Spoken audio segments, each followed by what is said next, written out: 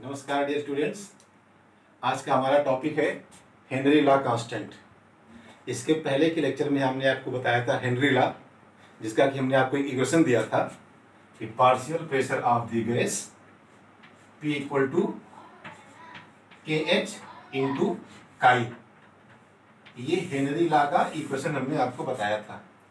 यहाँ पे जो P है this is partial pressure of gas, और ये जो आप काई देख रहे हैं ये क्या दिखा रहा है? ये मोल फ्रैक्शन दिखा रहा है गैस का। Mole fraction of gas in liquid, जो लिक्विड में डिजॉल्व हो गई है। यानी ये जो मोल फ्रैक्शन है गैस का जो लिक्विड में डिजॉल्व हो गई है, ये उसकी सॉल्युबिलिटी को दिखा रहा है कि कितनी गैस लिक्विड में सॉल्युबल हो गई है। और ये जो कांस्टेंट देख रहे हैं KH, यही हेनरी लॉ कांस्टेंट कहलाता है। KH, this is Henry law constant. अब अगर हम यहाँ पर देखें कि हेनरी लॉ कांस्टेंट और मोल फ्रैक्शन यानी सॉल्युबिलिटी, इन दोनों में क्या रिलेशनशिप है, तो हम इस इक्वेशन को ऐसे दिखा सकते हैं। यहाँ से हम काई की वैल्यू निकालें तो chi equal to P upon KH।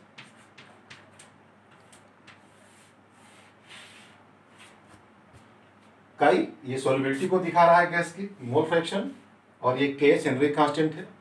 अब ये इक्वेशन दिखा रहा है कि हेनरी लॉ कांस्टेंट और गैस की सॉल्युबिलिटी में क्या रिलेशनशिप है। इस इक्वेशन से आप देख रहे हैं कि हेनरी लॉ कांस्टेंट गैस की सॉल्युबिलिटी के इनवर्सली प्रोपोर्शनल है। मींस जितना ज़्यादा हेनरी लॉ कांस्टेंट की वैल्यू होगी, गैस की सॉल्युबिलिटी उतनी ही कम होगी। हेनरी लॉ कांस्टेंट की वैल्यू जितनी ज़्यादा होगी, गैस की सॉल्युबिलिटी उतनी ही कम होगी। हेनरी लॉ कांस्टेंट यानी KH, ये नेचर ऑफ गैस पे डिपेंड करता है। हर गैस के लिए इसकी वैल्यू अलग अलग होती है। तो जिस गैस के लिए KH की वैल्यू ज़्यादा होगी, उस गैस की सॉल्युबिलिटी लिक्विड में कम होगी, और जिस गैस के लिए KH की वैल्यू जितनी कम होगी, वो गैस लिक्विड में उतनी ही ज़्यादा सॉल्युबल होगी। Means KH is inversely proportional to solubility. Clear?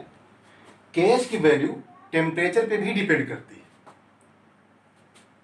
Generally अगर हम देखें एक्सपेरिमेंट से, तो हमको ये दिखाई पड़ता है कि नाइट्रोजन और ऑक्सीजन गैस के लिए हम जैसे जैसे बढ़ाते हैं टेम्परेचर, KH की वैल्यू बढ़ती है।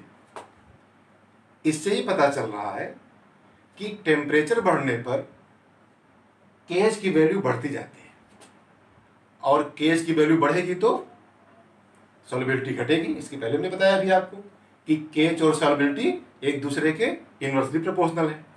तो टेम्परेचर बढ़ने पर हेनरी कांस्टेंट यानी KH की वैल्यू बढ़ेगी, और KH की वैल्यू बढ़ेगी तो गैस की सॉल्युबिलिटी घटेगी। मीन्स हम सीधे सीधे ये कह सकते हैं कि जितना ज़्यादा टेम्परेचर होगा, गैस की सॉल्युबिलिटी लिक्विड में उतनी ही कम होगी। क्लियर? अब मान लीजिए हमारे पास दो वाटर है, एक वाटर कोल्ड है यानी उसका टेम्परेचर कम है, एक हॉट वाटर है उसका टेम्परेचर ज़्यादा है। अगर हम आपसे पूछें कि किस वाटर में ऑक्सीजन ज़्यादा होगा डिजॉल्व, तो हम समझ सकते हैं जिसका टेम्परेचर कम है उसमें गैस की सॉल्युबिलिटी ज़्यादा होगी। इसका मतलब कोल्ड वाटर में ऑक्सीजन ज़्यादा होगा in comparison to hot water, क्योंकि हॉट वाटर का टेम्परेचर ज़्यादा है, KH की वैल्यू ज़्यादा है, तो उसमें गैस की सॉल्युबिलिटी कम होगी, उसमें ऑक्सीजन कम सॉल्युबल होगी। कोल्ड वाटर का टेम्परेचर कम है यानी वहाँ पर हेनरी कांस्टेंट की वैल्यू कम है, तो गैस की सॉल्युबिलिटी ज़्यादा होगी। This means cold water contains more amount of oxygen in comparison to hot water. That's why aquatic species feel more comfortable in cold water. Aquatic species means पानी में रहने वाले जो जीव होते हैं, जो पानी के अंदर रहते हैं जीव, वो कोल्ड वाटर में ज़्यादा इजी फील करते हैं, ज़्यादा आराम फील करते हैं। क्यों? कोल्ड वाटर में ऑक्सीजन ज़्यादा डिजॉल्व होगी, ऑक्सीजन की सॉल्युबिलिटी ज़्यादा होगी, ऑक्सीजन ज़्यादा रहेगी तो वो ब्रीदिंग आसानी से कर पाएंगे, रेस्पिरेशन आसानी से होगा, इसलिए वो कोल्ड वाटर में ज़्यादा इजी फील करेंगे। क्लियर? तो हम बता सकते हैं why aquatic species feel more comfortable in cold water? It is because in cold water oxygen is more soluble. Yeah, concentration of oxygen is more in cold water than in hot water. Clear? तो हम ये जाने कि जो Henry constant होता है ये gas की सॉल्युबिलिटी के इनवर्सली प्रोपोर्शनल है, टेम्परेचर के डायरेक्टली प्रोपोर्शनल है। जैसे जैसे हम बढ़ाएंगे टेम्परेचर, के एच की वैल्यू बढ़ेगी और गैस की सॉल्युबिलिटी घटेगी। ओके।